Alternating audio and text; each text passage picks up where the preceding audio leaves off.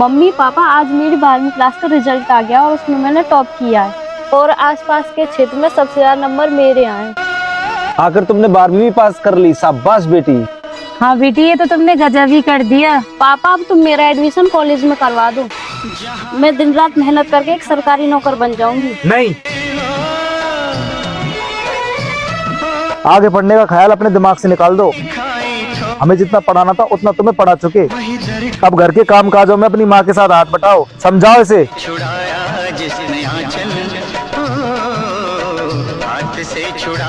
नहीं पापा, मैं पढ़ना चाहती हूँ। माँ आप ही समझाओ पापा को कि पढ़ाई मेरे सपनों की कुंजी है, सिर्फ पढ़ाई से ही मेरा भविष्य सुधरेगा। नहीं बेटी, तुम्हारे पापा सही कह रहे हैं, तुम लड़की हो, पढ़ाई लिखाई से क्या होगा। घर का काम काज सीखो, ससुराल में यही तुम्हारे काम आएगा। सही कहा तुम्हारी माँ ने, समझ गई तुम। नहीं माँ, मुझे पढ़ना है।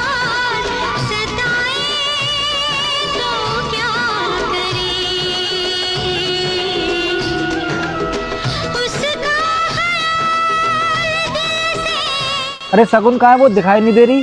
पता नहीं दिया, सुबह से घर की गई है और अब तक घर नहीं आई।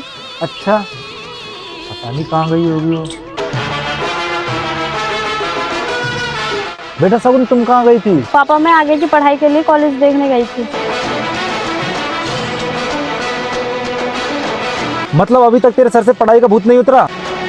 बेटी मैं तुम्हारे भले के लिए कह रहा हूँ, समाज की बहुत सी बातें भी सुननी पड़ती है। लड़की को ज्यादा पढ़ाने से होगा क्या, आखिर में उसकी शादी ही करनी पड़ती है। पापा सिर्फ मैं शादी के लिए नहीं जी रही हूँ, मुझे अपने पैरों पे खड़ा होना है, अपने सपने पूरे करने हैं। माँ ये ऐसे नहीं मानेगी, इसकी शादी के लिए एक लड़का ढूंढकर जल्दी इसके हाथ पीले करने पड़ेंगे। ठीक कहा आपने, ये ऐसे नहीं मानेगी, इसके लिए एक अच्छा सा लड़का ढूंढ लो।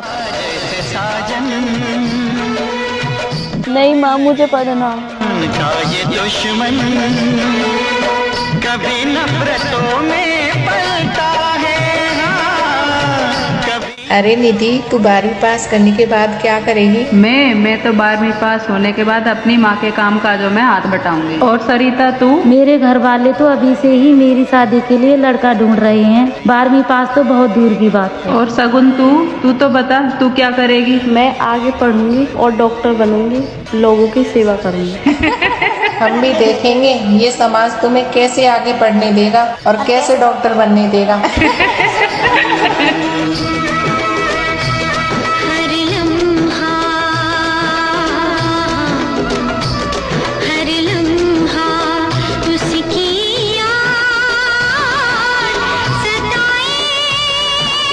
तो भाई साहब बातें ही करते रहोगे, अपनी लड़की को भी बुलाओगे? बुलाओ अपनी लड़की को जल्दी।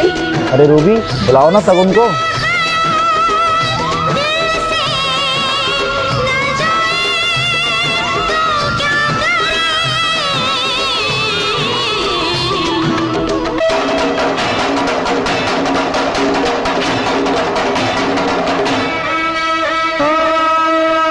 मुझे देखकर चौंक गए क्या आप भी करोगे अपने बेटे की शादी मुझसे? क्यों रे, अब भी करेगा तू मुझसे शादी? नहीं पापा, मुझे नहीं करनी है शादी, ये लड़की तो पागल है। चलो यहाँ से, चलो। शगुन, ये तूने अच्छा नहीं किया। आखिर कैसे समझाओ तुझे कि लड़कियों का पढ़ना समाज को अच्छा नहीं लगता, और वैसे भी मेरे पास में इतने रुपए पैसे नहीं है कि तुझे पढ़ा भी दूं और तेरी शादी भी कर दूं। पापा अगर मैं लड़का होती तो शायद आप अपना घर और खेत बेचकर मुझे पढ़ा देते।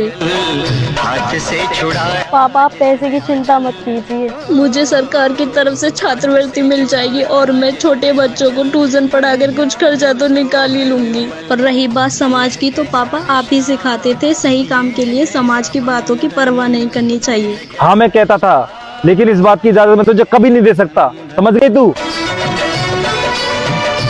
क्यों अपनी बाप की इज्जत को बदनाम करने में लगी हो? तुम इस गांव और समाज से बाहर निकलवा के मानोगे क्या?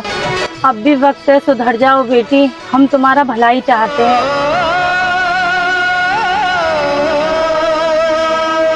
जहाँ कभी दिल ने खाई ठोकर। क्या हो गया? सुबह से पेट दर्द हो रहा है। चलो मैं तुम्हें अस्पताल लेकर चलता हूँ, चलो। फिक्र मत करो, सब ठीक हो जाएगा। बताइए क्या परेशानी है आपको? अपने डॉक्टर की बोलो ना इनसे। जिसने आंचल डॉक्टर साहब महिला डॉक्टर को भेजिए ना। अरे भाई साहब, महिला डॉक्टर यहाँ पे क्या पूरे जिले में ही नहीं मिलेगी आपको। जब लोग अपनी बहन बेटी को पढ़ने लिखने ही नहीं देते तो समाज उसकी उड़ान कैसे देख पाए। लोग क्या कहेंगे, समाज क्या कहेगा, ऐसे कह कहकर बेचारे को घर में ही दबा देते हैं। और बाद में वही समाज कहता है बेटी बचाओ बेटी पढ़ाओ, कहते समय पर इस बात पर कोई अमल नहीं करता। बड़े आए महिला डॉक्टर की मांग करने के लिए। ठीक है, मैं दवाई लेकर आऊँ, बाहर से ले लेना।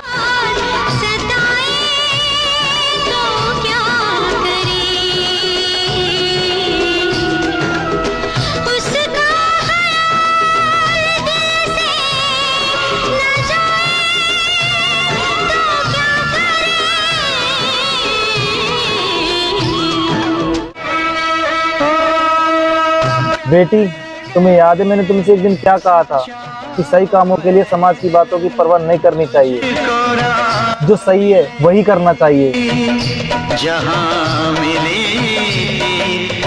अब मैं तुम्हारे साथ। हाँ बेटी, अब हम तुम्हारे साथ हैं। तुम पढ़ लिख कर जो बनना चाहती हो बनो, अब हम तुम्हें कभी नहीं रोकेंगे। पर एक बात याद रखना, इस समाज की सोच बदलने के लिए तुम्हें बहुत मेहनत करनी पड़ेगी मेरी बेटी।